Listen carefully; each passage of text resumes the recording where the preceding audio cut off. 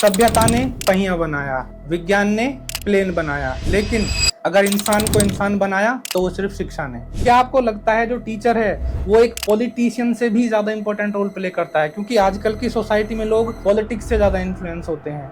आज के दौर में आप देखो जितने स्कूल चल रहे हैं बड़े, मैं छोटे स्कूलों को नहीं कर रहा, जो बहुत बड़े स्कूल हैं जिनके मालिक ही नहीं पता आप कौन है, वो सारे अनएजुकेटेड है। ये समाज, ये गवर्नमेंट, ये पेरेंट्स और खुद स्कूल, ये चारों लोग जिम्मेदार हैं बच्चों की इस दुर्दशा के लिए। जिसने भी जिनका बरसात दिया, वादा करता हूँ मौका आने पर दरिया लौटा देंगे। सभ्यता ने पहिया बनाया, विज्ञान ने प्लेन बनाया, लेकिन अगर इंसान को इंसान बनाया तो वो सिर्फ शिक्षा ने। इसी को आगे बढ़ाते हुए मैं आज के अपने पॉडकास्ट में स्वागत करना चाहूंगा ऐसी दो बहुत बड़ी हस्तियों का जिन्होंने समाज सेवा के साथ साथ शिक्षा में भी बहुत अतुलनीय योगदान दिया है। और मैं आपका इंट्रोडक्शन करना चाहता हूं मिस्टर विक्रांत नागर, जो कि शालीनता के धनी हैं और मैंने बहुत कुछ सीखा है और मैं चाहता हूं कि मैं आगे भी उनसे बहुत कुछ सीखूं, जो कि जीआर ग्लोबल एकेडमी के चेयरमैन हैं। और मैं स्वागत करना चाहता हूं मिस्टर संदीप भाटी जी का, जो कि सिटी हार्ट एकेडमी के चेयरमैन हैं। और उनके साथ साथ कोरोना काल में जो इनका समाज सेवा का कार्य रहा वो बहुत बहुत विस्मरणीय था और इनको गवर्नमेंट के द्वारा वैक्सीन मैन की उपाधि दी गई थी, जो कि एक बहुत बड़ा हमारे लिए अचीवमेंट है कि हमारे लोग ऐसा काम कर रहे हैं।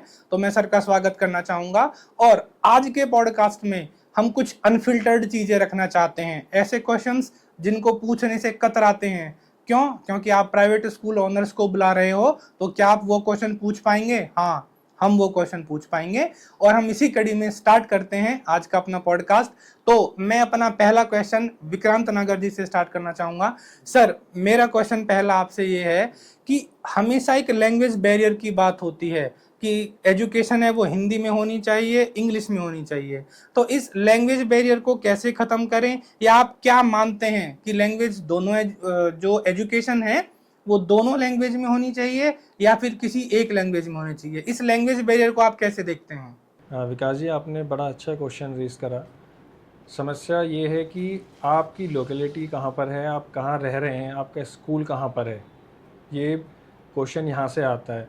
अगर आप नोएडा, गुड़गांव जैसी जगह पर रह रहे हैं तो लैंग्वेज सीधी सी बात है कि आपकी इंग्लिश ही रहेगी। लेकिन जब आप अगर हम जहाँ पे हम रहते हैं, हम रहते एक बहुत ही मॉडर्न हाईटेक ज़िला है हमारा गौतम बुद्ध नगर, लेकिन जैसे ही आप रूरल एरिया की तरफ जाएंगे तो वहाँ बच्चे ना हिंदी के रह पाते हैं ना ही इंग्लिश के रह पाते हैं, क्योंकि वो इंग्लिश हो जाते हैं।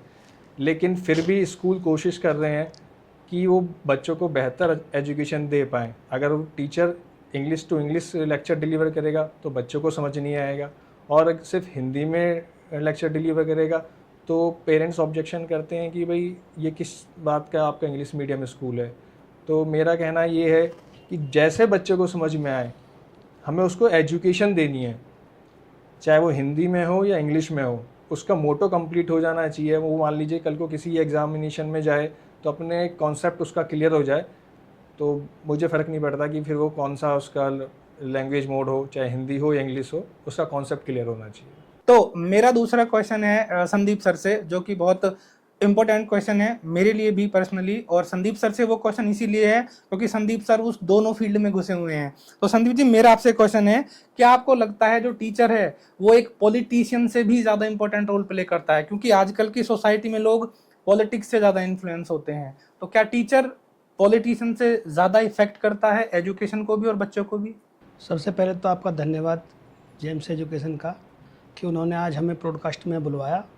और ये भी हम जैसे अभी कह रहे थे आपके जी, बहुत से प्राइवेट स्कूल वालों से सवाल पूछे जाएंगे, नहीं पूछ जाएंगे। आप निसंकोच हमसे सवाल पूछिए और हम पूरी ईमानदारी के साथ वो सवाल का जवाब देंगे। उसमें हम ये नहीं समझेंगे कि हम प्राइवेट स्कूल से हैं तो हम उनसे बचाव करें। Thank you. अभी आपने कहा कि पॉलिटिशियन की तरफ ज़्यादा इन्फ्लुएंस है, ये बात आपकी बिल्कुल फिट है। आज के दौर में एक नेता बनने में बहुत कम समय लगता है।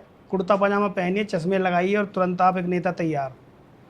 और शिक्षा के क्षेत्र में, शिक्षा की लाइन में जाने में, उसमें ज़मीन आसमान का फ़र्क है। और मैं मानता हूँ इन्फ्लुएंस है उसका, लेकिन उससे कुछ होने वाला नहीं है। ये जो नेता हैं ये भी शिक्षा की बनाते हैं और ये हमारे द्वारा बनाए जाते हैं। शिक्षा हम देंगे तो ही वो आगे जाएंगे, तो उसका फ़र्क तो है। तो मैं नेक्स्ट क्वेश्चन, संदीप सर का आंसर पर्सनली बहुत अच्छा लगा। संदीप सर के आंसर हमेशा फनी होते हैं। तो मैं नेक्स्ट क्वेश्चन विक्रांत सर से करना चाहूँगा।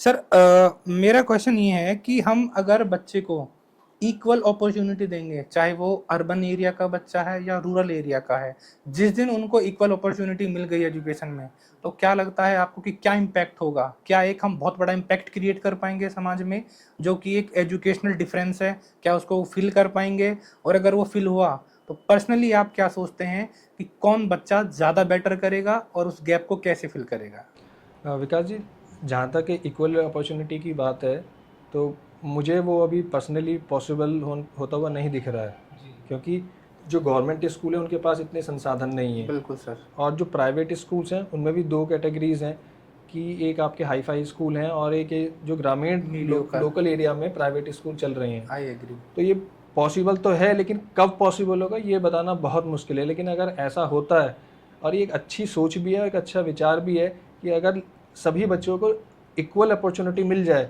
तो वो अपने जीवन में, अपने परिवार में बदलाव ला सकता है जिसकी उसको दरकार है। कोई बच्चा अगर गरीब है, उसके पेरेंट्स पढ़े लिखे नहीं हैं, घर में समस्या है, फाइनेंशियल समस्या है, और उन्हें वो एक समाधान मिल सकता है शिक्षा के द्वारा, जिससे वो अपने सामाजिक स्तर को, अपने आर्थिक स्तर को उठा सकता है, तो वो सिर्फ शिक्षा ही हो सकती है। अगर ऐसा पॉसिबल है तो मैं भी और हम सब भी उसका वेलकम करेंगे, अगर बच्चों को इक्वल अपॉर्चुनिटी मिल जाए। जी, थैंक यू। तो सर संदीप सर से मेरा नेक्स्ट क्वेश्चन है, आपके अकॉर्डिंग आज के स्टूडेंट के लिए कौन सी स्टडी हैबिट ऐसी है जो उनके लिए बहुत बेस्ट वर्क करेगी, कि अगर स्टूडेंट वो एक हैबिट अपने अंदर डेवलप कर ले तो वो टॉप करेगा हमेशा, और एजुकेशन के फील्ड में ही नहीं, अपने पूरे करियर में वो टॉप पे रहेगा? सबसे पहले तो मैं ये कहूँगा कि कोई भी बच्चा अगर डिसिप्लिन है तो वो किसी फील्ड में आप उसको भेज दो, वहाँ अलग ही दिखेगा। एग्जैक्टली। सबसे पहली चीज़। दूसरी चीज़ उसके साथ सेल्फ स्टडी है। अगर वो सेल्फ स्टडी करता है, खुद वॉच करता है कि मैं काम क्या करता हूँ, और सारे काम को अपने को जो पढ़ाई का है उसका शेड्यूल तैयार करता है कि मुझे किस समय किस सब्जेक्ट को कितना देना है। जो उसका सबसे वीक सब्जेक्ट है उसको समय ज़्यादा दे, जो अच्छा सब्जेक्ट है उसको कम समय दे। अगर उसको प्रॉपर तरीके से पूरा फाइनलाइज करके प्रॉपर तरीके से मेंटेन करेगा तो उसको अच्छा वर्क कर लेगा। सर इसी क्वेश्चन में एक मैं वर्ड ऐड करना चाहता हूँ और आपके व्यूज़ चाहता हूँ मैं उस वर्ड पे। अगर मैं इसमें बोल दूँ कंसिस्टेंसी, तो वो कितनी ज़रूरी होगी? सारा खेल ही कंसिस्टेंसी का है। आपने सवाल पूछा कि वो कौन सी आदत होगी कि बच्चे अपने स्टडी मेथड को इम्प्रूव कर सकते हैं। तो मेरी पर्सनल एक राय है बच्चों को, मैं उनसे यही कहना चाहूँगा कि जब टीचर बेल होती है, रिंग होती है, दूसरा लेक्चर लग जाता है, तो टीचर को आने में 5 मिनट्स लगते हैं। तो एक जादुई ट्रिक है कि आप टीचर के आने में 5 मिनट लगते हैं या 4 मिनट लगते हैं, जो भी उस वक्त पढ़ाया गया है आप उसको रिवाइज़ कीजिए वहीं पे वहीं, और उसके शॉर्ट नोट्स जो भी कीवर्ड है उसको मार्क कर दीजिए।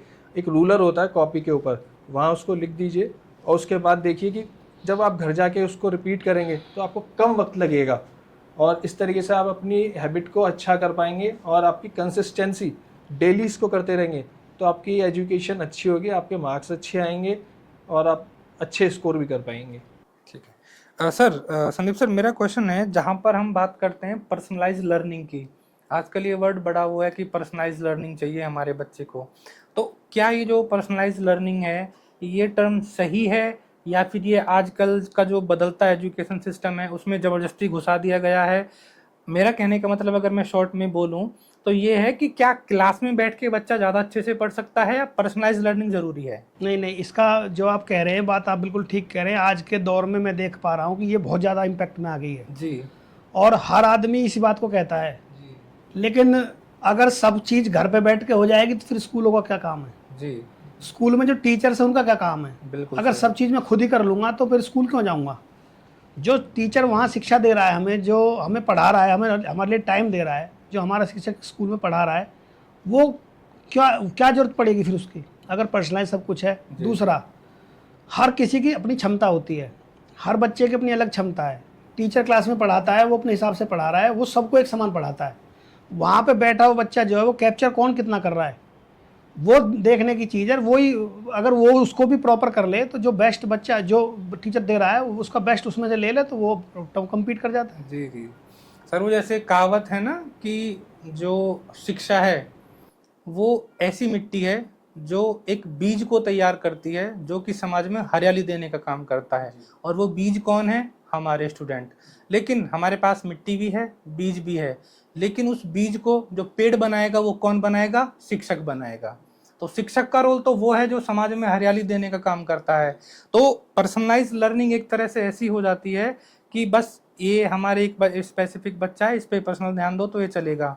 जैसा सर ने बोला कि अगर पर्सनलाइज लर्निंग जरूरी है तो फिर स्कूल का क्या काम? क्लास में 40 बच्चे बैठ के से क्या भी कर रहे जोड़ हैं? सकते हैं। हाँ, ट्यूशन से जोड़ सकते हैं इस क्वेश्चन को। सर ट्यूशन से मुझे याद आया, आपकी ट्यूशन पे क्या राय है? देखिए, जैसे होता है ना कि टीचर स्कूल में भी पढ़ा रहे हैं, स्कूल के बाद उन्हीं बच्चों को ट्यूशन में पढ़ा रहे हैं, तो क्या ये चीजें हैं कि सही हैं ये चीजें? विकास जी, मेरा इसमें पर्सनली मानना ये है, जिस थ्योरी पे मैं बिलीव करता हूँ, कि पहले अगर कोई बच्चा ट्यूशन पढ़ने जाता था तो उसको कहा जाता था कि ये बच्चा कमज़ोर है किसी सब्जेक्ट में, इसीलिए वो ट्यूशन लेने जा रहा है। जी लेकिन धीरे धीरे ये कह लीजिए कि पेरेंट्स ने अपना पीछा छुड़ाने के लिए, क्योंकि जब वो स्कूल से पढ़कर आएगा तो घर पे एक मेंटोर चाहिए होगा उसको, जी जो उसकी हेल्प करे। तो लेडीज़ के पास इतना वर्क है तो वो नहीं ध्यान दे पाते हैं, फादर हैं काम पे बिज़ी रहते हैं, नहीं ध्यान दे पाते हैं। तो एक ट्रेंड बन गया धीरे धीरे कि ठीक है, ट्यूटर के पास भेज देते हैं, वो उसको हेल्प करेंगे। लेकिन वो इतना पावरफुल हो चुका है कि बच्चों को लगता है कि जब तक मेरा स्कूल ना जाऊंगा मेरा काम चल जाएगा, लेकिन अगर मैं ट्यूशन नहीं गया मेरा काम नहीं चलेगा। ये बहुत ही गलत प्रथा हमारे देश में पड़ चुकी है, और मैं तो यही कहूँगा कि इसका अंत होना चाहिए। जब हम GR ग्लोबल एकेडमी में बात करते हैं तो हम 3 रूल्स पे बात करते हैं। पहला, कि यहाँ से जाके ऐसे पढ़िए कि आज जो पढ़ा है उसका एग्ज़ाम कल है।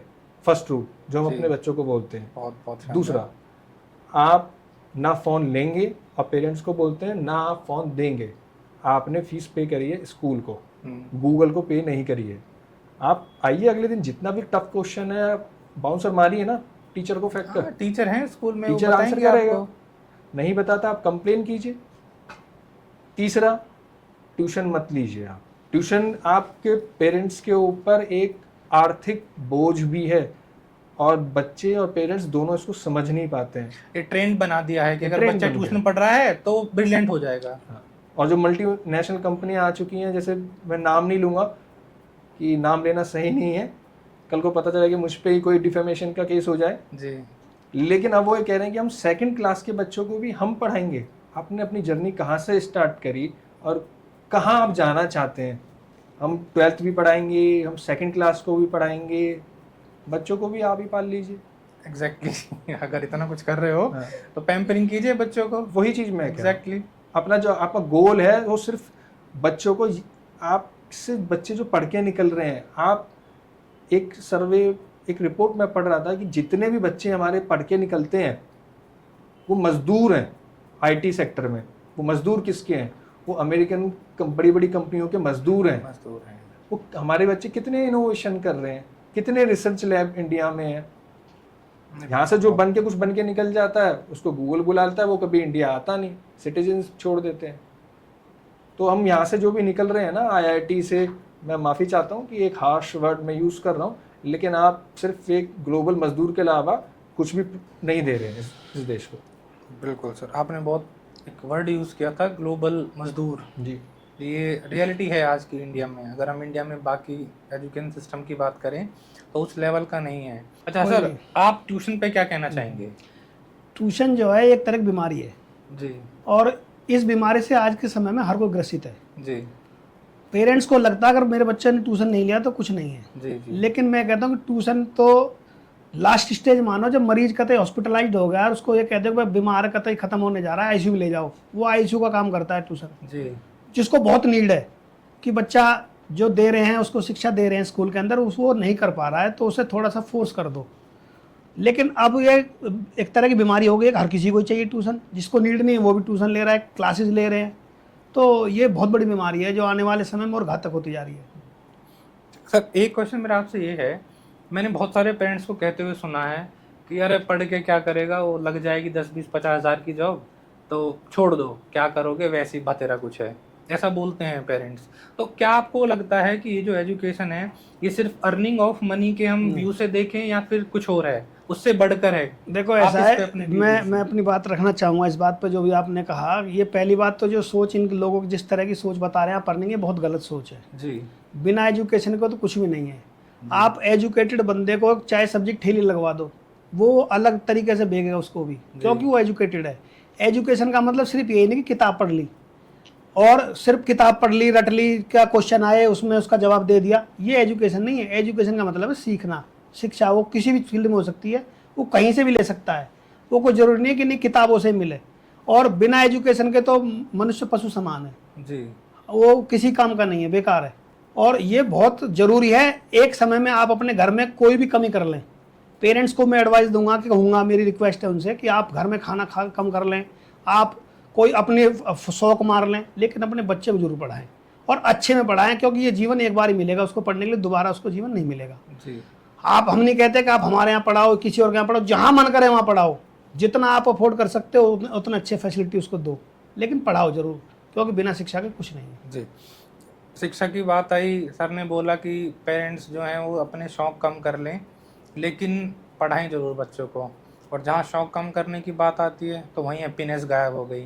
तो मेरा अगला क्वेश्चन जो है वो हैप्पीनेस पे है, और स्पेशली आपसे इसलिए है क्योंकि मैं अगर पर्सनली बात करूं या आपसे जुड़े हुए जो लोग हैं, जो कॉमन हमारे जुड़े हुए हैं, वो भी हमेशा यही बात करते हैं कि सर बहुत खुश रहते हैं, चिल रहते हैं। यहीं पे मैं पूछना चाहूँगा, रेणु शर्मा जी प्रिंसिपल हैं, उन्होंने एक क्वेश्चन पूछा था कि आप विक्रांत सर से ये पूछना कि अगर आपको दो चीज़ दी जाएं, एक सक्सेस और एक हैप्पीनेस, तो आप क्या चूज़ करेंगे और क्यों चूज़ करेंगे? विकास जी, मैं बिना सोचे समझे हैप्पीनेस को उठा लूँगा, क्योंकि एक्सपेक्टेड था ये आपसे। मैं इस दुनिया में खुश रहने के लिए आया हूँ। भगवान ने मुझे सभी इस दुनिया करेंगे। में आनंदित होने के लिए भेजा है। जी और शिक्षा का मूर्त रूप ये नहीं है कि वो उसको पैसा कमाना सिखाए।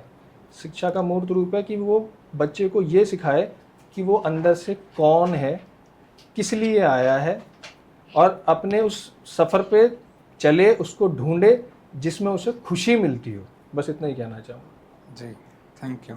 तो मेरा नेक्स्ट क्वेश्चन सर आपसे है विक्रांत सर, आजकल डिजिटल लर्निंग का दौर है, तो जो डिजिटल लर्निंग है बच्चे के लिए या डिजिटल लिटरेसी बोलें, तो या क्या ये ज़रूरी है, क्या बच्चे को कन्वर्ट होना चाहिए डिजिटल एजुकेशन की तरफ या डिजिटल लर्निंग की तरफ? इस पे आपके क्या व्यूज़ हैं? देखिए विकास जी, आपको आज या कल या देर सवेर आपको डिजिटल लर्निंग की तरफ तो जाना ही होगा। जी बिल्कुल। ठीक है, वरना आप जो भी दौर है उसमें पीछे रह जाएंगे। मैं ये नहीं कहता कि आप भागम भाग मचाइए, लेकिन जो भी चीज़ें चल रही हैं आज में, एआई चल रहा है तो आपको एआई भी आना चाहिए। जी आपको अपने कंप्यूटर्स की नॉलेज होनी चाहिए। जो भी सॉफ्टवेयर हैं या जो भी आप ट्रेनिंग प्रोग्राम लेना चाहते हैं, तो सब डिजिटली पॉसिबल हैं। टेक्नोलॉजी ने आपकी ज़िंदगी को आसान बना दिया है। आप यहाँ बैठे हैं, मैं यहाँ बैठा हूँ, मैं यहीं से अपने रिमोट से अपनी गाड़ी का एसी ऑन कर सकता हूँ अगर मुझे यहाँ से निकलना होगा 5 मिनट पहले ही। जी तो उसने मेरी ज़िंदगी को आसान बना दिया है। ये तभी पॉसिबल है कि जब बच्चे टेक्नोलॉजी की दुनिया में जाएं, लेकिन बात आती है कि वो उसको यूज़ कैसे करें। डिजिटल टेक्नोलॉजी एक दो-धारी तलवार है, बिल्कुल। दो-धारी तलवार ये है। आपने बहुत अच्छी बात कही है सर। और ये पेरेंट्स की गाइडेंस में हो तो ज़्यादा अच्छा है, जी तो आपको इसके बेहतर रिजल्ट मिलेंगे, फ्रूटफुल रिजल्ट मिलेंगे।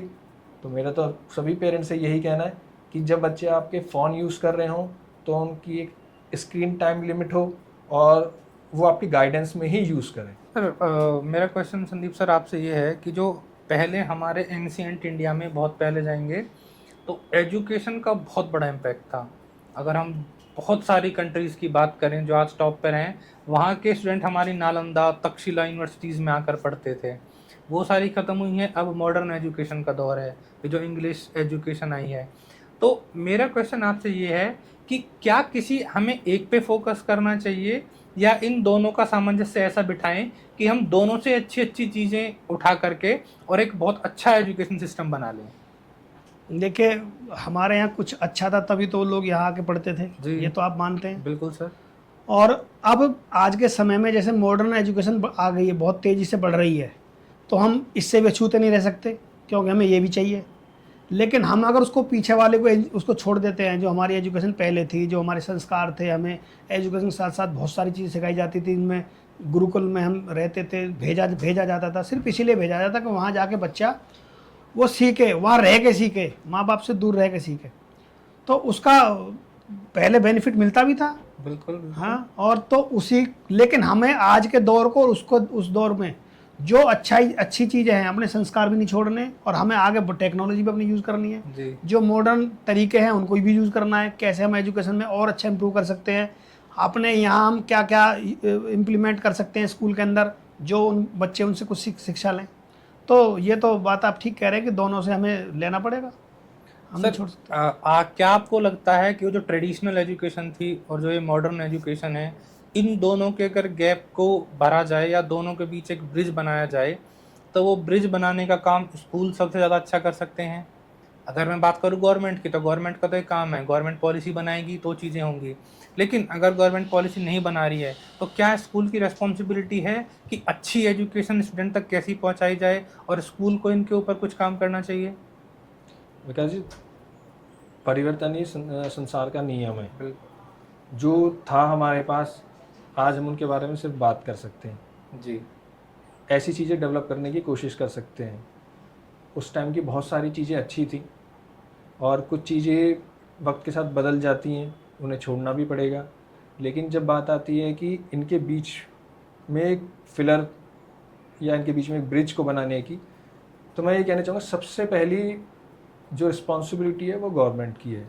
जी पिछले पॉडकास्ट में जोगिंदर जी ने भी बोला था, जी मुझे बड़ा अच्छा उनका आंसर लगा कि इस देश में हेल्थ और एजुकेशन फ्री होनी चाहिए। वो जी बहुत सर, शानदार बिल्कुल, आंसर बिल्कुल, था, बिल्कुल सर। और मैं भी एग्री करता हूँ उनकी इस बात से।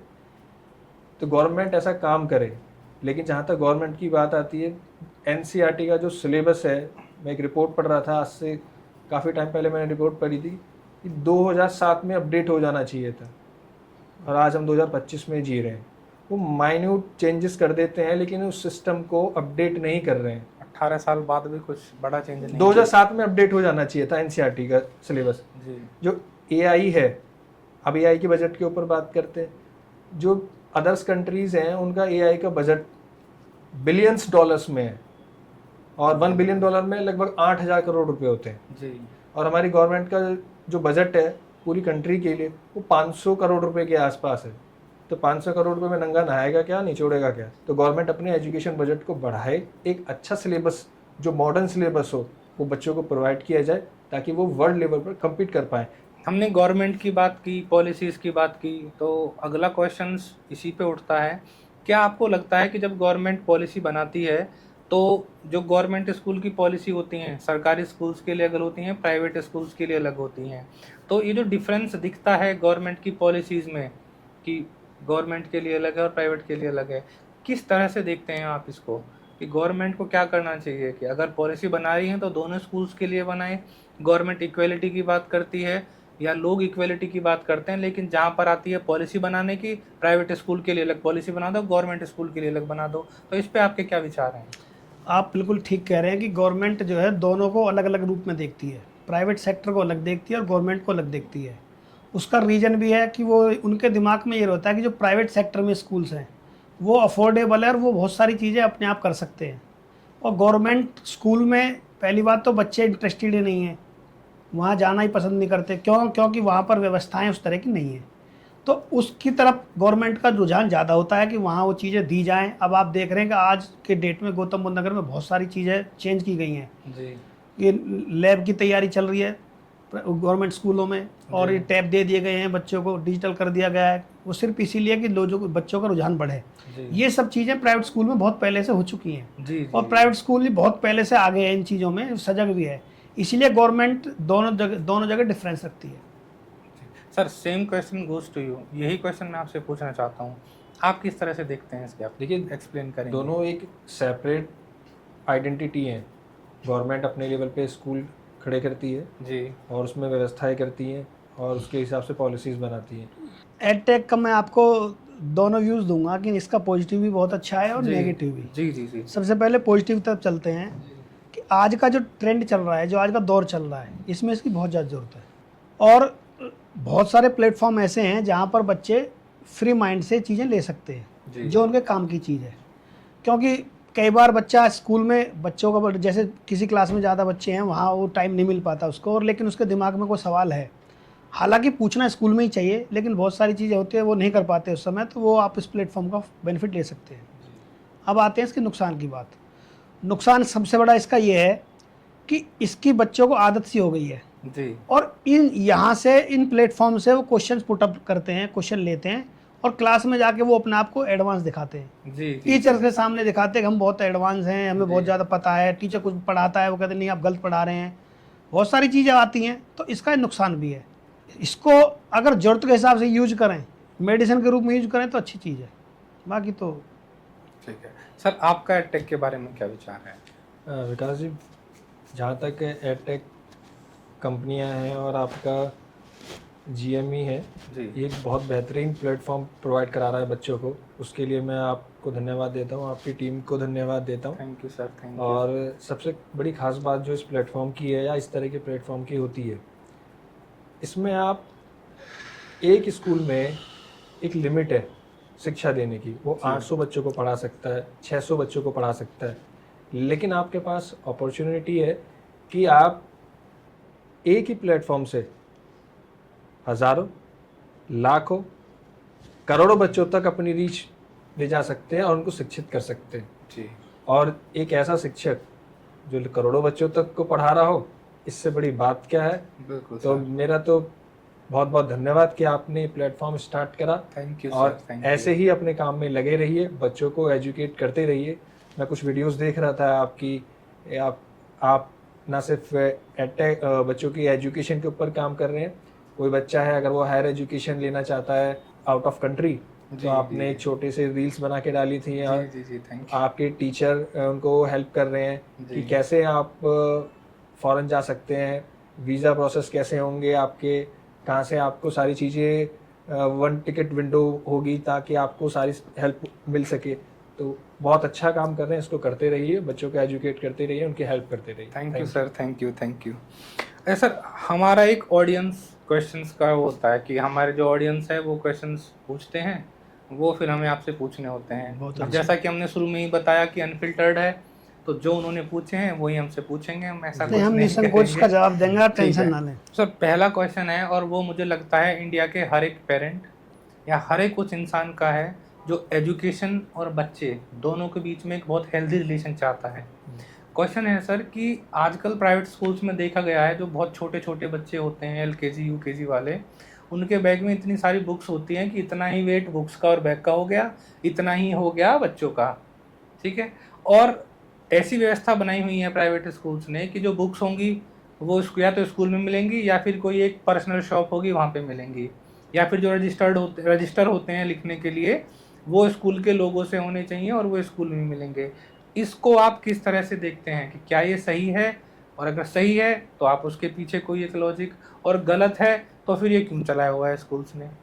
इसके ऊपर ये बहुत सारे व्यूअर्स का क्वेश्चन था जी। तो सबसे पहले जवाब तो मैं आपको दूंगा कि जो आप कह रहे हैं कि बैग बहुत भारी हैं, जी बच्चे बहुत छोटे हैं और बैग भारी हैं, जी ये बिल्कुल सत्य है। ऐसा आप बिल्कुल ठीक कह रहे हैं, ऑडियंस जो कह रहे हैं बिल्कुल फिट कह रहे हैं। जी बहुत सी जगह ऐसी स्थिति है कि बच्चा भी नहीं है इतना बड़ा जितना उसका बैग है, जी और ये हर स्कूल में नहीं है। ये कुछ प्राइवेट स्कूल है जो अपने आप को एडवांस दिखाते हैं, जो अपने आप को दिखाते हैं कि हम बहुत हटके हैं। जी जी वो बहुत सारी चीज़ें खुद अपनी स्कूल की बुक्स भी लगाते हैं, जी जी जबकि हर जगह ऐसा नहीं है। बहुत से स्कूल ऐसे भी हैं जो बैग फ्री भी हैं, जो बैग ले मंगाते ही नहीं है, जी लेकिन उन्हें एजुकेशन देते हैं।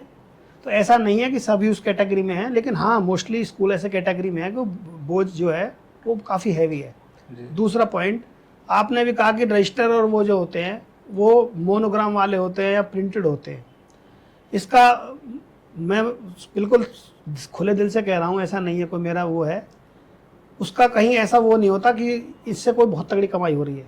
ये पेरेंट्स के दिमाग में होता है जी, स्कूल का टाइप होता है बुक सेलर से या उनसे। पहली बात तो मैं इसमें गवर्नमेंट को दोष देता हूँ।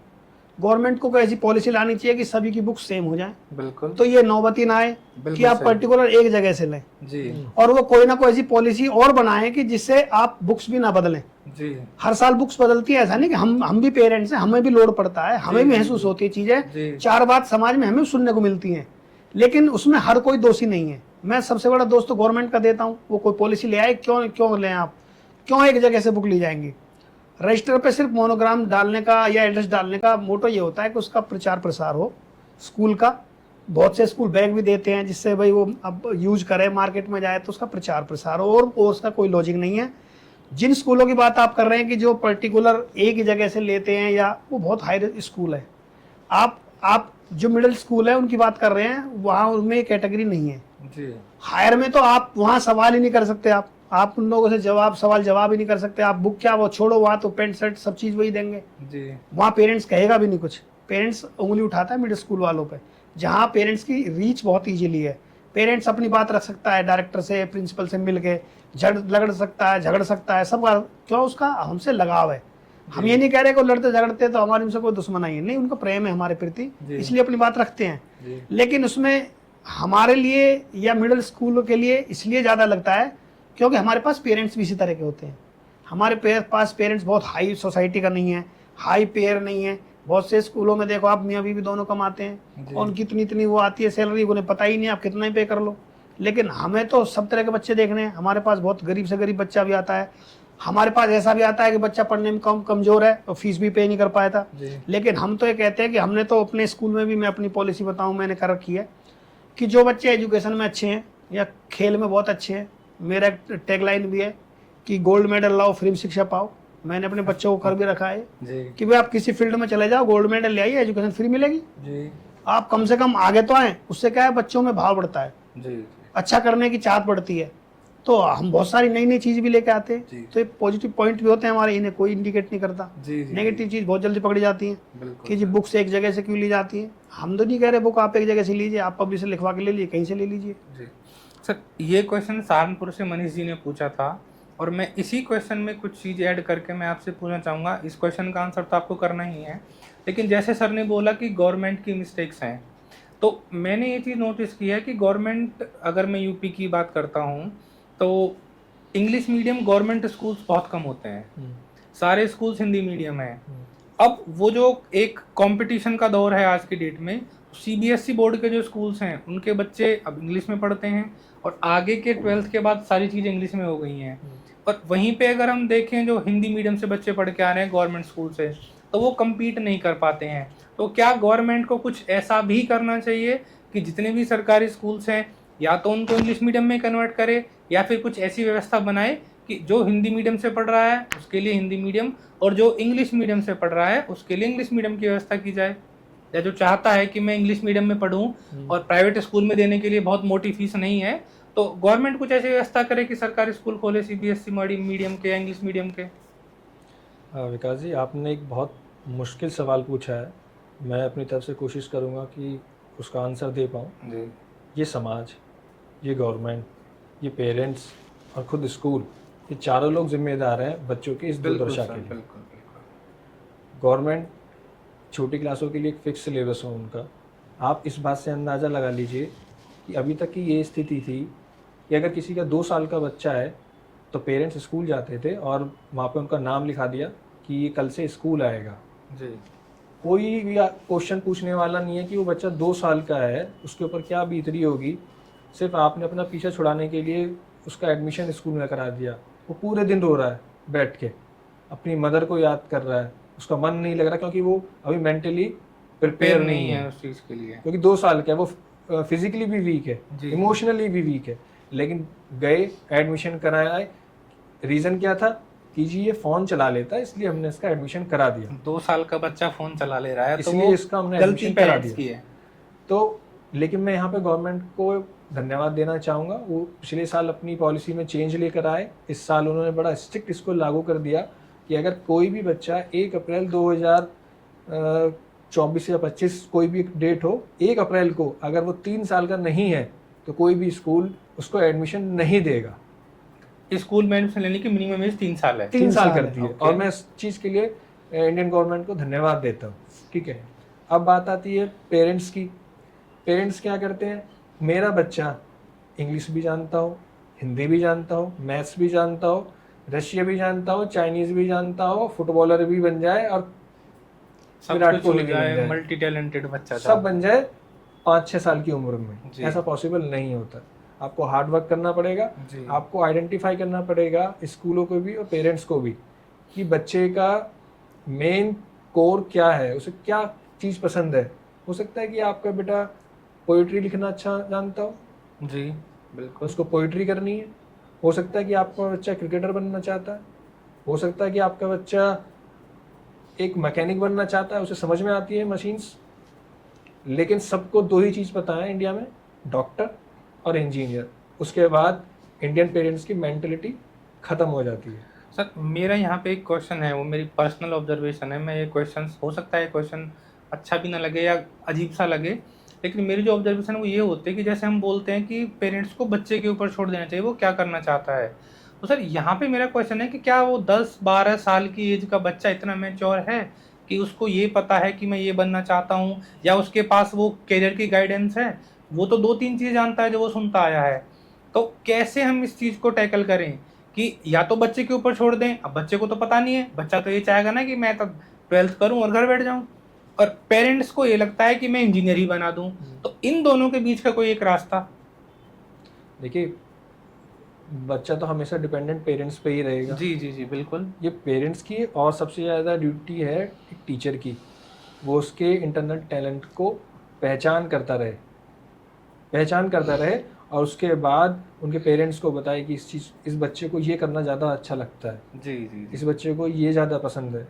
अब मैं आपको बताऊं, फॉरेन कंट्रीज़ में 11th-12th नहीं होती है, 10th के बाद ग्रेजुएशन हो जाती है। हाँ, और बहुत उसमें सी भी कंट्री हैं। और उसमें भी बहुत सारे सब्जेक्ट आप ड्रॉप कर सकते हो कि मुझे समझ में नहीं आते, तो आप ड्रॉप कर सकते हैं। आप इतने सब्जेक्ट्स में अपनी ग्रेजुएशन करेंगे या जो भी उनका प्रोसीजर है। जी अब मैं अपनी बात करूं, 12th में था केमिस्ट्री मुझे, और खासकर ऑर्गेनिक केमिस्ट्री, ये हाइड्रोजन और ऑक्सीजन कब इधर अपनी जगह बदल लेते थे पता ही नहीं चलता था। जी तो उसका लोड मैं फील करता हूँ, मेरे लिए वो ट्रॉमा है।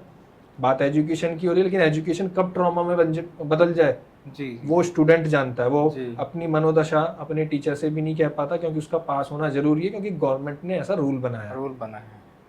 उन्हें कोई फर्क नहीं पड़ता कि आपको अंदर से कैसा फील हो रहा है, आपको you have to clear the exam. Parents, हम तो फीस पे कर रहे हैं, आप कैसे नहीं क्लियर करोगे अपने एग्जाम को। तो वो किसी से नहीं कह पाता, वो अंदर ही अंदर घुट रहा होता है और वो लगा रहता है कि इसी उधेड़-बुन में कि ठीक है मैं कैसे भी करके उस चीज़ को निकालूं। अब बात आते हैं कि दूसरा जो पॉइंट था आपका कि बुक्स के ऊपर, तो जैसा संदीप जी ने कहा कि बुक्स एक जैसी होनी चाहिए, लेकिन क्या गवर्नमेंट के पास इतना रिसोर्सेज है कि वो प्रोवाइड करा पाए बुक्स को? बुक्स छप नहीं पाती हैं प्रॉपरली, टाइम से नहीं छप पाती हैं। और जब हाँ, इसी से सॉरी मैंने आपको इंटरप्ट किया, मुझे एक बात याद आई। जो जिन्होंने क्वेश्चन पूछा था मनीष जी ने, उन्होंने मुझे एक बार बताया था कि पूरे सहारनपुर डिस्ट्रिक्ट में 5th क्लास की साइंस की बुक नहीं थी गवर्नमेंट नहीं है, स्कूल्स में। नहीं मिलती है। उन्होंने फिर क्या काम किया, उन्होंने डीएम के ऑफिस में धरना दिया। जब धरना दिया तो डीएम ने बदतमीजी की उनसे, तो उन्होंने फिर सीएम को ट्वीट किया या अपनी एप्लीकेशन दी। तो उन्होंने फिर उस डीएम को वहाँ पे वो रेस्ट्रिकेट किया और सस्पेंड कर दिया मतलब उनको। और उसके बाद पूरे सहारनपुर डिस्ट्रिक्ट में बुक्स आई। अगर एक 5th क्लास की एक बुक मंगाने के लिए इतना बड़ा झमेला करना पड़ रहा है, तो क्या सारे सब्जेक्ट की सारी बुक्स मंगाने के लिए तो बहुत बड़ी व्यवस्था लगेगी। बहुत बड़ी व्यवस्था लगेगी। बिल्कुल। सिस्टम के पास रिसोर्सेज नहीं है जी। संभालने के लिए। पहले आपको काबिल बनना होगा। जी ठीक है। पेरेंट्स पे ही नहीं जाती, ये सभी पे लागू होती है। जी। पहली बात तो ये कि जब बच्चा 12th कर लेता है, उसे समझ तो खैर नहीं होती इतनी कि उसे जी। करना क्या है। ये बात आप बिल्कुल सत्य कह रहे हैं। जी लेकिन वो करता क्या है, वहीं गड़बड़ करता है। उसे गाइडेंस तो उस हिसाब की मिलती नहीं जी जी कि उसे करना क्या है या उसका इंटरेस्ट किस चीज़ में है।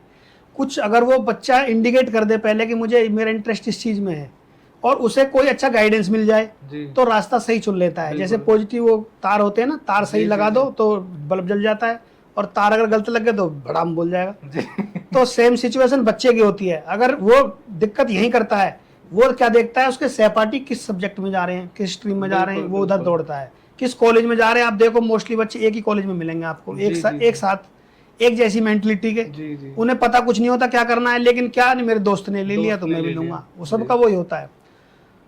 दूसरा ये कि ये आप मान के चलें, मेरी थिंकिंग है अपनी, कि कुदरत ने आपको जिस चीज के लिए बनाया है, आपको कुदरत ऑटोमेटिक उसमें धकेलेगी। जी जी आप कितना ही प्रयास कर लें कुछ और करने का, वो नहीं कर सकते। मैं इसे अपना उदाहरण दे रहा हूँ। मुझे जब मैंने 12th की तो मैं फादर जी से पूछा मैंने कि बताओ जी क्या करना है, तो उन्होंने कहा जी अब क्या करना है, जैसे आपने कहा डॉक्टर इंजीनियर दो ही और कुछ है ही नहीं, तो इंजीनियरिंग कर ली। हालांकि इंजीनियरिंग कर ली, मुझे खुद मैंने बीटेक की, मुझे आज तक समझ नहीं आया मैंने बीटेक क्यों की, क्योंकि मेरा उसमें इंटरेस्ट था ही नहीं। मैंने बीटेक कर भी ली सिर्फ पेरेंट्स के कहने से।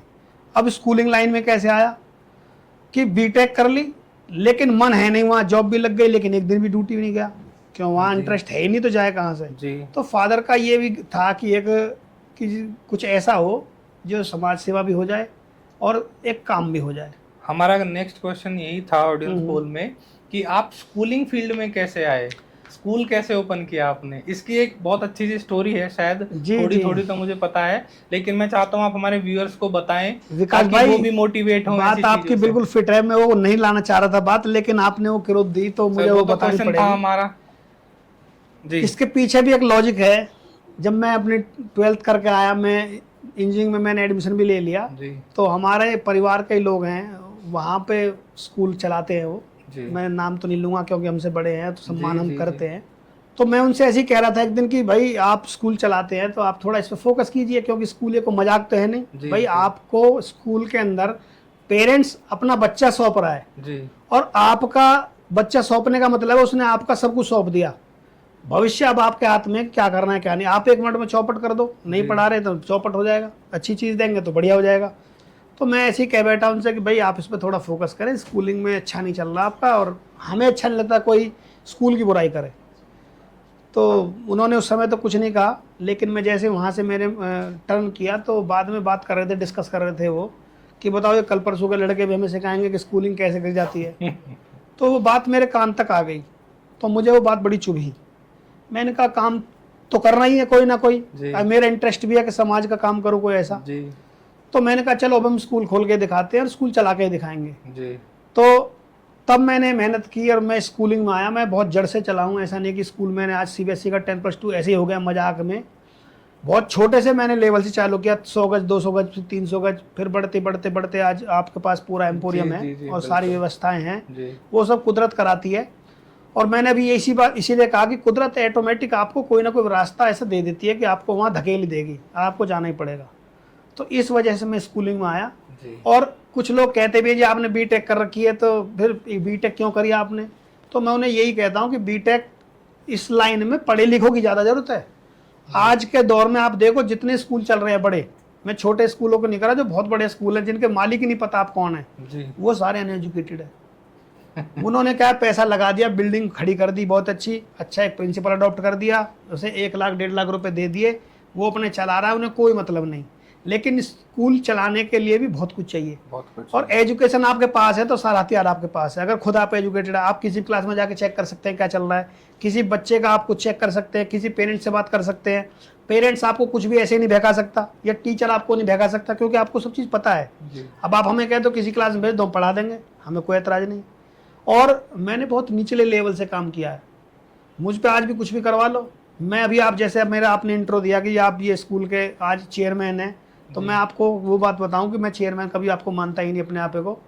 स्कूल का सबसे छोटा कर्मचारी मैं ही हूँ और स्कूल का सबसे बड़ा कर्मचारी मैं ही हूँ। मुझसे नीचे कोई नहीं है और मुझसे ऊपर भी कोई नहीं है। तो अहम ब्रह्मास्मि सर्वे सर्वा। हाँ हाँ मतलब अगर आप नीचे जाएंगे तो सबसे नीचे, मुझसे नीचे कोई नहीं है, क्योंकि जो काम मेरा चपड़ासी नहीं कर सकता वो मैं कर सकता हूँ। मुझ पे आप कुछ भी करवा लो, कोई टॉयलेट साफ करवा लो, कोई और काम करवा लो, किसी की उल्टी उठवा लो, कुछ भी करवा लो, XYZ। ये मैंने अपने गुरु से सीखा है, मुझे उसमें कोई गरेज नहीं है कहने में, और मैं कर देता हूँ, मुझे कोई दिक्कत नहीं है। बहुत बढ़िया, बहुत अच्छा लगा सुन के कि आप इतने डेडिकेटेड हैं अपने स्कूल को लेके। सर नेक्स्ट क्वेश्चन साक्षी जी का है, और क्वेश्चन बहुत अच्छा है ये। इन्होंने बोला है कि जो स्टूडेंट्स होते हैं वो हेजिटेशन फील करते हैं बात करने में, क्यों? क्योंकि उनको वो स्किल्स नहीं सिखाए जाते हैं स्कूल्स में। हालांकि ऐसा नहीं है, अगर मैं पर्सनली बात करूं, क्योंकि मैंने देखा है स्कूल्स में, स्कूल तो चाहता है कि बच्चे आएँ कुछ करें, लेकिन जब बात आती है कि अच्छा आपको ये करना है, नहीं नहीं नहीं हम नहीं करेंगे। तो क्या ये सच है, या फिर स्कूल को अगर ये सच है तो स्कूल को इस पे फोकस करना चाहिए, देखना चाहिए कि हम बच्चे की जो एक स्किल होती है, पर्सनल स्किल, पब्लिक स्पीकिंग वाली स्किल, उसको इम्प्रूव करें? देखिए विकास जी, बच्चे का क्वेश्चन बहुत अच्छा है और जहाँ तक ये सच भी है। बहुत से स्कूलों ने अपने स्केड्यूल में इस तरह की एक्टिविटी इंक्लूड नहीं की है, लेकिन हमारे बहुत से जो एसोसिएशन के स्कूल हैं वो आज भी इन चीज़ों को फॉलो करते हैं। इसमें बच्चे हेजिटेट करते हैं कहीं भी डिबेट में, किसी भी कंपटीशन में, तो उसको दूर करने के लिए स्कूल बहुत सारी चीज़ें कराते हैं। डिबेट क्लब हैं, आपके कॉन्वर्सेशन क्लासेस हैं, डाइस पे आके बोलना या एक्सटेम्पोर ऑन द स्पॉट कोई भी आपको टॉपिक मिला उस पे आके बात करनी, अपने व्यूज़ रखने, ताकि वो उसके मन से हिचकिचाहट जो है बाहर निकले। और ऐसा ज़रूरी नहीं है कि you have to speak in English. If you are comfortable in Hindi language, Hindi में इट्स ओके, आप हिंदी में बात कीजिए। मेन चीज़ है कि आपका मन हिचकिचाहट से दूर होना चाहिए। तो स्कूल भी कोशिश कर रहे हैं, और अगर कहीं कमी है, चाहे वो मेरे स्कूल में हो या कहीं और भी हो, तो सभी स्कूलों को उस पर काम करना चाहिए। सर एक ये लास्ट क्वेश्चन है, ये शेखर सर का क्वेश्चन था कि स्कूल में टीचर को, बहुत से स्कूल्स में, ना कि सभी में, एक मशीन समझा जाता है कि जितना ज़्यादा काम ले सके टीचर से काम ले लीजिए। वो टीचर को एक काम लेने वाली वस्तु के हिसाब से देखते हैं। लेकिन वो टीचर है, उनको पता है कि हमें क्या कराना है। अगर उनको लगता है कि एनसीईआरटी सफिशिएंट नहीं है तो वो कोई एक्स्ट्रा बुक भी कराएंगे स्कूल में। तो क्या आपको लगता है कि स्कूल को कहीं ना कहीं टीचर को कुछ फ्री हैंड देनी चाहिए कि वो अपने अकॉर्डिंग, क्योंकि टीचर जानता है कि मुझे क्या पढ़ाना है, किस तरह पढ़ाना है। तो क्या सहमत हैं इस बात से कि स्कूल को टीचर को थोड़ा फ्री हैंड देना चाहिए? आपकी बात विकास जी बिल्कुल सही है कि टीचर को आप जितना फ्री रखेंगे, जितना फ्री माइंड आप उसे काम करने देंगे, वो उतना अच्छा काम करेगा। ये मेरी ओपिनियन है। मैं नहीं कहता कि सब इससे इत्तेफाक रखते हो, सबका अपना अपना ओपिनियन है, लेकिन मैं अपने यहाँ टीचर्स को जितना फ्री रखता हूँ उतना हो सकता है कोई और ना रखता हो। और लेकिन उसमें हमें ये भी वॉच करना है कि वो काम ही करा रहा है। एग्जैक्टली ये ऐसा नहीं कि वो पता लगा हमने फ्री कर दिया तो वो अपने काम में लगा हुआ है और बहुत सारे काम है। अगर कोई वास्तव में ईमानदार टीचर है तो उसे फ्री रखना चाहिए। टेंशन फ्री जितना टीचर रहेगा उतना अच्छा काम करेगा। अगर उसके पास पहले बर्डन आप उस पर डाल दोगे, इम्पोज कर दोगे, वो काम तो आपको दिखाने के लिए करेगा लेकिन काम नहीं करेगा जी। और ये टीचर पे नहीं, हर किसी पे अप्लाई होता है। आप किसी भी वस्तु को आप जितना दबाओगे उतनी दिक्कत पैदा करेगी जी जी जी। आप जितना उसे फ्री छोड़ोगे उतना काम करेगी, लेकिन उसके पीछे भी आपको वॉच करना पड़ेगा जी जी। आप इतना भी फ्री नहीं कर सकते। हाँ, मॉनिटरिंग जरूरी, मॉनिटरिंग तो हर चीज़ की जरूरी है। देखो, आप नहीं करेंगे तो कोई चीज़ बेकार हो जाएगी। बिल्कुल। तो मेरा मानना यह है कि वो फ्री रखना चाहिए। सर सेम क्वेश्चन आपके लिए है। नहीं, मैं शेखर सर की बात से सहमत हूँ कि अगर उन्हें लगता है कि कुछ चेंजेस ऐसे हैं जो बच्चों के बेनिफिट में हैं तो वो चेंजेस करने चाहिए, और स्कूल ऐसे चेंजेस करने के लिए उनको अलाउ भी करते हैं जी। तो मैं सहमत हूँ उनकी इस बात से जी। अच्छा सर, एक क्वेश्चन था बड़ा अच्छा सा, संदीप सर मैं पूछना चाहूंगा क्योंकि हम अनफिल्टर्ड बात कर रहे हैं। कोई दिक्कत नहीं, आप पूछें। दिशा जी ने क्वेश्चन पूछा था, 2 क्वेश्चन पूछे उन्होंने। एक क्वेश्चन था कि संदीप सर की मंथली इनकम क्या है, दूसरा क्वेश्चन था कि वो क्या अचीव करना चाहते हैं अपने लाइफ। सबसे पहले सवाल का मैं जवाब देना चाहूंगा कि उसने पूछा कि मंथली इनकम क्या है जी। सबसे पहले तो मैं मंथली इनकम आपको बता दूं कि मैं टारगेट फिक्स कर लेता हूं कि इस मंथ में मुझे कितने बच्चे अचीव करने हैं, कितने बच्चे आगे बढ़ाने हैं, या मुझे कितने मेडल ट्रॉफी स्कूल को लेके आने हैं। और ये मैं ऐसे नहीं कह रहा, आप मेरे ऑफिस आके वॉच करेंगे तो आप देखेंगे कि मेरा टारगेट है कि अभी भी पीछे भी पिछले हफ्ते में 3 ट्रॉफी लेके आया हूँ, मेरे बच्चे भी लेके आए हैं। अब इस हफ्ते भी मेरा टारगेट है कि मुझे 2 जगह और जाना है, वहां से भी 2 ट्रॉफी आनी है। तो ये मेरा मंथली इनकम यही है, ट्रॉफी कलेक्ट करना। हाँ, तो आप देखोगे कि मुझे बहुत अच्छा लगता है कि हर महीने कुछ ना कुछ मेरे बच्चे करते रहे, चाहे वो किसी फील्ड में करें। मैं नहीं कह रहा कि वो ट्रॉफी लेके आए, लेकिन कहीं ना कहीं वो मेरा नाम भेजते रहे या स्कूल का नाम भेजते रहे। तो मेरा तो यही अचीवमेंट सबसे बढ़िया है। अब दूसरा क्वेश्चन आता है, आपने पूछा कि क्या अचीव करना चाहेंगे। सबसे पहले तो मैं आपको बता दूं कि आप किसी पेरेंट से पूछो, किसी से भी पूछ लो। मैं अपनी बात करूं, मैं भी पूछूं तो क्या पूछते हैं पेरेंट्स? ये पूछते हैं कि जी इसे डॉक्टर बना दो, इसे इंजीनियर बना दो, इसे आर्किटेक्ट बना दो, इसे फला बना दो, ढिमका बना दो। कभी किसी ने पूछा है कि इसे इंसान बना दो, या किसी ने कहा कि ना जी मेरे बच्चे को इंसान बना दो जी। ये मैं कहता हूँ कि मैं आपके बच्चे को कुछ नहीं बना सकता, लेकिन मेरे यहाँ जो बच्चा पढ़ेगा मैं उसे इंसान जरूर बना दूंगा। तो इंसान पहले है, इंसानियत उसको होनी चाहिए। आप देखो, बहुत बड़े बड़े पद पे बहुत पढ़े लिखे लोग बैठे हैं, लेकिन इंसानियत नाम की चीज़ ही नहीं है। आज का जो दौर है इसमें इंसानियत बहुत ज़रूरी है, और शिक्षा के साथ साथ इंसानियत है तो बहुत बढ़िया है। आप देखो, रोड पे एक्सीडेंट हो रहे हैं, आप रील बना रहे हैं, लेकिन कोई से ले जाने वाला नहीं है। इंसानियत खत्म हो गई है, तो इंसानियत बहुत ज़रूरी है। सर, इंसानियत की बात आई और अच्छे इंसान बनने की बात आई, तो मुझे आपका ख्याल ऑटोमेटिकली मन में आ गया। और ये जितने भी लोग आपसे जुड़े हुए हैं, या जो ऐसे लोग हैं जो कॉमन जानते हैं, या हमारा कुछ स्टाफ है जो आपके स्कूल में जाता है अबेकस के लिए, बाकी जो मेरे फ्रेंड हैं आपके स्कूल में, मैंने सबसे पूछा तो सबका एक कॉमन क्वेश्चन निकल के आया कि विक्रांत सर इतने काम और हैप्पीनेस की और एक अच्छे इंसान बनने की जो एक उनकी वो रहती है टेंडेंसी कि नहीं मुझे ये करना है, ये बनना है, ये बनना है। दूसरी चीज़ हमने नोटिस की थी कि आप स्कूल में ना बच्चों से बात करते हैं कि स्कूल में क्या चेंजेस होने चाहिए, आपको क्या अच्छा नहीं लग रहा है। आप अच्छे लिसनर हैं, ये बच्चे भी बोलते हैं आपके स्कूल के और स्टाफ भी बोलता है कि आप अच्छे लिसनर हैं। ऐसे क्यों इतने ऊंचे उस पे होके आप अच्छे लिसनर कैसे बन गए, या क्या चीज़ आपको इतना काम रखती है कि हाँ मैं सब देख रहा हूँ, सब सुन रहा हूँ, मैं सब सुन लूँगा, खुश भी रहूँगा और सबको खुश भी रखूँगा। देखिए विकास जी, मेरी इस जर्नी में मेरे न्यूज़पेपर ने मेरा बहुत साथ निभाया है। जी तो नवभारत टाइम्स में एक कॉलम आता है द स्पीकिंग ट्री, जी और अगर आप उसे पढ़ना शुरू करेंगे, या मेरी सलाह है सभी स्टूडेंट्स को कि अगर आप उसको पढ़ना स्टार्ट करेंगे तो आपका जीवन बदलना स्टार्ट हो जाएगा। तो आपको जैसा सर ने कहा, मैं बच्चों से एक ही बात कहता हूँ कि जो बनना है वो बाद में बनिए, सबसे पहले अच्छा इंसान बनिए। जी तो जब आप अच्छा इंसान बन जाएंगे तो फिर आपकी दूसरी जर्नी तब स्टार्ट होगी। तो जो मैं बात कर रहा था स्पीकिंग ट्री की, वो, और फिर उसके बाद बुक्स, इन्होंने मुझे समाज को देने की एक हैबिट मेरे अंदर आई। हो सकता है कि एक होता है ना कि फैमिली से वो ट्रेट आया हो कि भाई लोगों की मदद करनी है, फैमिली के ट्रेट, उसके बाद न्यूज़पेपर, बुक्स पढ़ना, ये मेरी हैबिट में रहा। तो मैं चीज़ों को अच्छा करने की सोचने लगा, जी और बच्चों को कैसे अच्छा माहौल मिल पाए। मैं अक्सर कभी कभी ऐसा होता है कि मुझे रात को 3-3 बजे तक नींद नहीं आती। तो ऐसा नहीं है कि मुझे कोई बीमारी है, मुझे नींद इस वजह से नहीं आ रही। मैं सोच रहा हूँ कि बच्चों के लिए और ऐसा क्या कर दूँ ताकि वो जो स्कूल हैं जिनको हम बात करते हैं, नोएडा, ग्रेटर नोएडा के स्कूल्स हैं, उनके हिसाब से ये फैसिलिटी बच्चों को मिले और वो अपने जीवन में अच्छा कर पाएँ। कैसे मैं वो कर पाऊँ, ये मैं सोचता रहता हूँ। सर, एक क्वेश्चन भी रह गया था कि आप क्या अचीव करना चाहते हैं।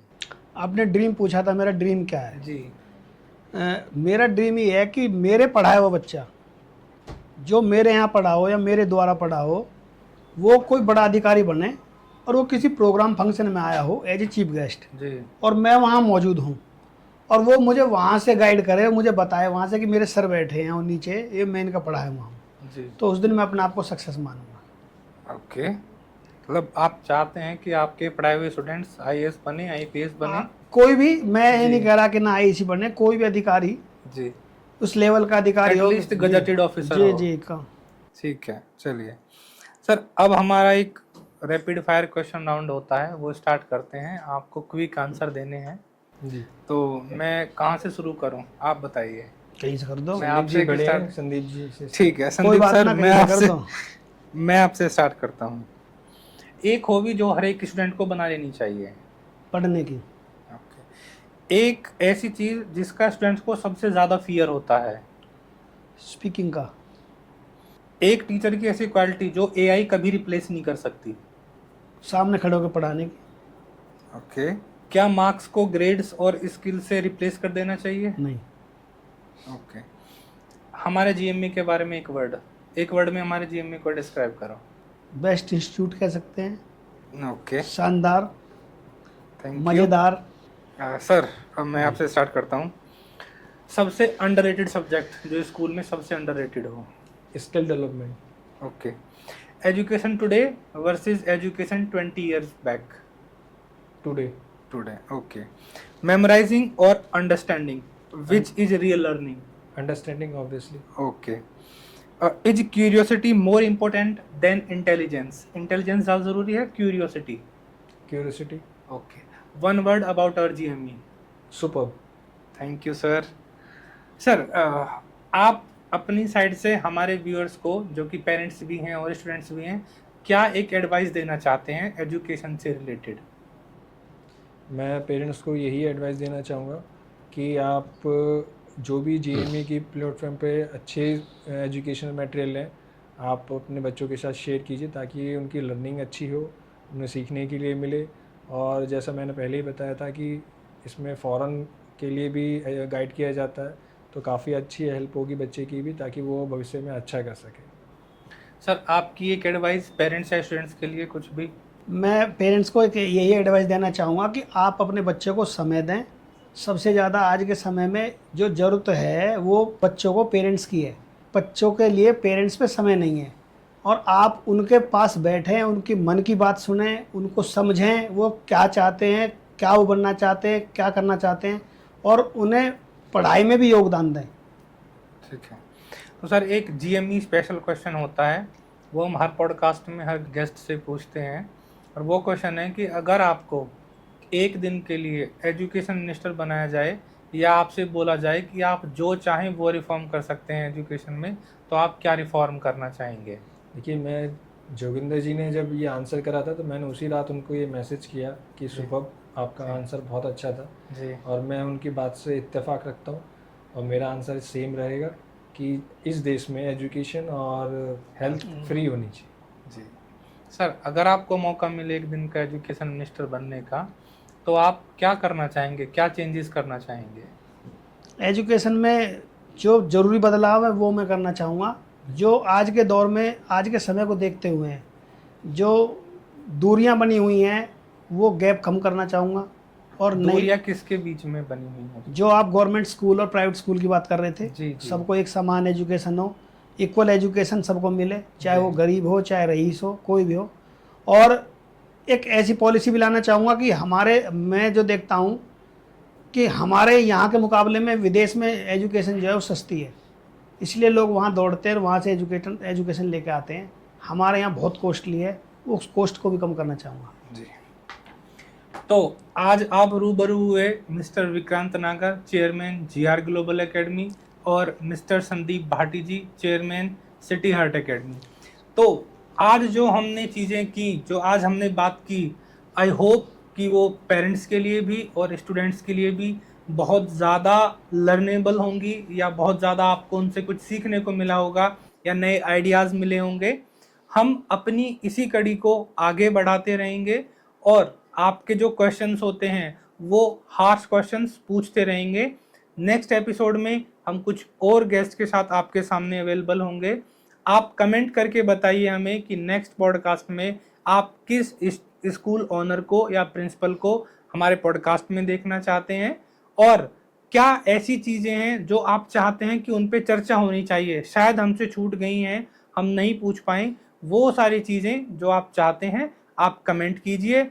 ये सिर्फ एक पॉडकास्ट की आवाज़ नहीं है, ये एक क्रांति है जो कि शिक्षा के क्षेत्र में बहुत शानदार और ऐसे बदलाव करेगी जो हम एक ग्रामीण एरिया में या इतनी जल्दी एक सोसाइटी में सोच भी नहीं सकते थे।